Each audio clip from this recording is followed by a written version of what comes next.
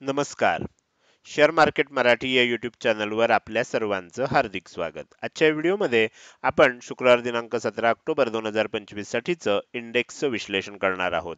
मात्र या विश्लेषणाला सुरुवात करण्यापूर्वी काही महत्त्वाची माहिती अगदी थोडक्यात बघूया.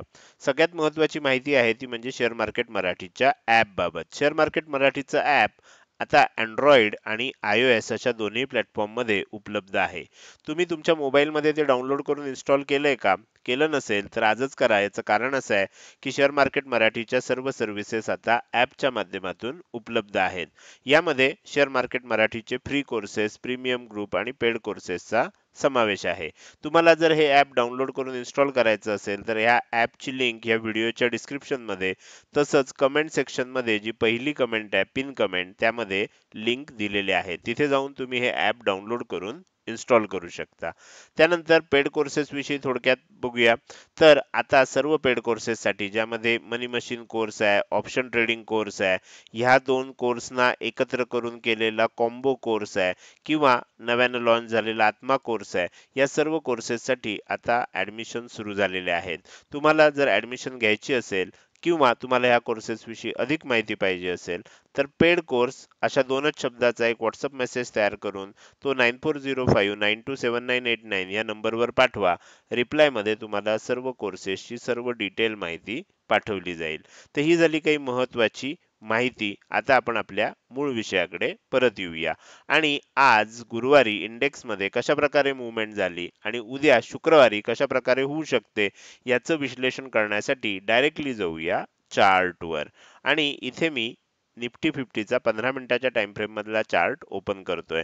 आपण बघितलं होतं की मीडियम टर्म साठी मी तुम्हाला ही चार्ट टार्गेट दिलेली होती आणि कालच्या विश्लेषणामध्ये सांगितलं होतं की आता दोन लेवल फार महत्वाचे आहेत.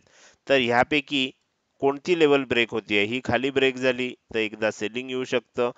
इथून वर ब्रेक झाली तर वरच्या बाजूला दोन आपल्याला टार्गेट ऑलरेडी होती 25,410, 25,460. तर ह्या दिशेनं आपल्याला मार्केट वर जाऊ शकतं.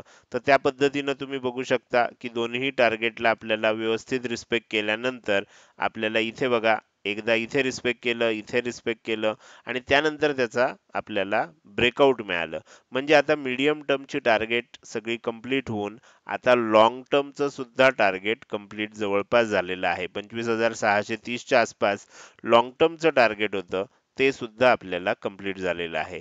त्यामुळे आता निफ्टीमध्ये बघायला गेलं तर ॲस्ट्रॉलॉजिकली जर आपण निफ्टीचा विचार केला तर आता निफ्टीमध्ये काय होऊ शकतं? आता एक गोष्ट लक्षात ठेवा की हे टार्गेट जरी फायनल टार्गेट असलं 25,630, याचा अर्थ ह्याच्या वर जाणार नाही असं नाहीये, बरोबर. पण आता आपल्याला ह्या फायनल टार्गेट जवळ एम पॅटर्न शोधायला लागणार. जोपर्यंत एम पॅटर्न बनत नाही तोपर्यंत मार्केटमध्ये सेलिंग येणार नाही. कदाचित एम पॅटर्न उद्या शुक्रवारी बनेल, कदाचित सोमवारी बनेल, पण जेव्हा बनेल 15 मिनिटाच्या टाइम फ्रेमवर मिनिमम बनला पाहिजे. जर समजा आता इथून खाली यायला सुरुवात झाली आहे, थोडंसं वर जाऊन पुन्हा जर खाली आलं असं झालं तर मग थोडंसं सेलिंगला स्टार्ट होईल. कारण आता माझं जेवढा जेवढा अभ्यास आहे आणि त्यानुसार मी जे काही ॲस्ट्रोचं विश्लेषण करतो मीडियम टर्ममध्ये, शॉर्ट टर्ममध्ये आणि लाँग टर्ममध्ये, आता हे सर्व ट्रेडिंगच्या short term, medium term, long term आहेत. हे काही इन्व्हेस्टमेंटच्या लाँग टर्म किंवा मीडियम टर्म असा आपण विचार करत नाहीये. तर त्यानुसार जर बघायला गेलं तर आता आपल्याला निफ्टीमध्ये वरच्या बाजूची सर्व टार्गेट्स आलेली आहेत आणि आता एम पॅटर्न बनतोय. 15 मिनिटाच्या टाइम फ्रेमवर पहिला बनला पाहिजे, हळूहळू मग तो 1 तासाच्या टाइम फ्रेमवर दिसला पाहिजे, मग डेली टाइम. असं झालं तरच मग मोठं सेलिंग येऊ शकतं. छोटं मोठं सेलिंग येण्यासाठी 15 मिनिटाच्या टाइम फ्रेमवर जरी दिसला तरी आपल्याला त्यानंतर एक छोटंसं शॉर्ट टर्मचं आपल्याला प्रॉफिट बुकिंग बघायला मिळू शकतं. तर हे झालं निफ्टीमध्ये येणाऱ्या काळात काय होऊ शकतं, बरोबर. याचा अर्थ अजिबात असा नाही की उद्या ओपन झाल्यानंतर सेलिंगच येईल. उद्या कदाचित वर सुद्धा जाऊ शकतं, ह्याच्यावरही जाऊ शकतं. कारण हे जी लेवल आहे ना, ही लेवल अजून तशी बघायला गेली तर टच नाही झाली आहे, बरोबर. कधी कधी काय होतं, थोडंसं अलीकडेच प्रॉफिट बुकिंग स्टार्ट होतं, कधी कधी टच पण होते. तर थोडं बँक निफ्टीमध्ये बघितलं तर आपल्याला असं वाटतंय की थोडं एकदा वर जाण्याची शक्यता आहे आणि त्यानंतर एम पॅटर्न बनेल. आहे इथेच एम पॅटर्न बनण्याची शक्यता थोडीशी कमी आहे. पण आता जवळ-जवळ आपल्याला ह्या लेवलला टच केल्यासारखंच असल्यामुळे आपल्याला आता तेवढं सावध राहणं आवश्यक आहे. हे झालं निफ्टी 50चं उद्यासाठीचं विश्लेषण. आता आपण बघूया बँक निफ्टीसाठीचं उद्याचं विश्लेषण. बँक निफ्टीमध्ये सुद्धा ह्या 4 लेवल दिल्या होत्या. तुम्ही बघू शकता आणि मी इथे पण सांगितलं होतं की तुम्हाला ही लेवल आणि ही लेवल फार महत्वाची आहे. इथून खाली गेलं तर एम पॅटर्न बनेल ह्या पद्धतीनं. ओके. पण हे शॉर्ट टर्म साठी खाली जाईल आणि मग एकदा वर येईल असं म्हटलं होतं. पण जर समजा ह्या लेवलच्या वरच टिकलं तर वरच्या वर जाऊ शकतं. ह्या 4 लेवल दिल्या होत्या, या मीडियम टर्मच्या होत्या. लॉंग टर्मच्या बाबतीत बघायला गेलं तर लॉंग टर्मच्या बाबतीत ह्या 2 लेवल आपल्याला आता इथे दिसत आहेत, ज्या आता त्यातली एक लेवल आलेली आहे, दुसऱ्या लेवलच्या थोडस अलीकडून आपल्याला खाली आलेलं दिसतंय. याच्या वर आपल्याला जर बघायला गेलं तर लॉंग टर्म मध्ये आणखीन एक लेवल सुद्धा बँक निफ्टी मध्ये आहे. तर त्यामुळे थोडासा बँक निफ्टी मधला हा स्कोप दिसत असल्यामुळे, पण एक गोष्ट लक्षात ठेवा, आपण ज्या लेवल काढतो याच्यामध्ये पहिल्या लेवलला फार महत्व असतं. पहिलं लेवल ला टच होणं याला जास्त महत्व आहे. पुढच्या लेवलची तेवढी आपण शाश्वती जास्त देऊ शकत नाही. याची सुद्धा आपल्याला साधारण 90% ते 95% शाश्वती देता येते असं आपल्याला इतिहास सांगतो. भविष्यात असंच होईल असं काही सांगता येत नाही, पण इतिहास असं सांगतो की 90 ते 95% वेळेला आपल्याला काय होतं, पहिलं टार्गेट पर्यंत पहिल्या लेवल पर्यंत पोहोचू शकतं. पुढच्या ह्याच्यामध्ये मात्र ती शाश्वती कमी कमी होत जाते. पण आपल्याला हा स्कोप आहे, त्यामुळे आता इथे सुद्धा लक्षात ठेवा, जोपर्यंत एम पॅटर्न दिसणार नाही तोपर्यंत आपल्याला याच्यामध्ये सेलिंगचा विचार करायचा नाहीये शॉर्ट टर्म साठी सुद्धा. आणि जेव्हा जेव्हा असं खाली येईल पुन्हा वर जायला लागेल तर प्रत्येक खाली येणारा आपण काय म्हणून समजायचं आहे, जर हा हाय ब्रेक करत असेल परत तर मग इथून आणखीन तेजी होऊ शकते. ही गोष्ट लक्षात ठेवायची. कारण एम पॅटर्न बनण्यासाठी आपल्याला काय झालं पाहिजे, इथून खाली आल्यानंतर परत वर जाताना हा हाय ब्रेक करता नये. हा हाय ब्रेक केला याचा अर्थच आपल्याला एम पॅटर्न आणखीन वर शोधायचा आहे, बरोबर. तर असा त्याचा अर्थ होतो. तर त्यामुळे आपल्याला त्या पद्धतीनं सर्व गोष्टी लक्षात ठेवल्या पाहिजेत. वर जात असताना आपल्याला आता हे पहिलं टार्गेट तर आलेलं आहे 57,360 चं. त्यानंतर 57,570 चं दुसरं टार्गेट आहे. 57,725 चं तिसरं टार्गेट आहे. ह्या दिशेनं आपल्याला जायला स्कोप आहे. पण निफ्टीमध्ये आता इथे आपण थोडा उलटा विचार करूया. निफ्टीमध्ये तिन्ही टार्गेट ही आलेली आहेत. तिसरं टार्गेटच मी तुम्हाला डायरेक्ट दाखवलं होतं.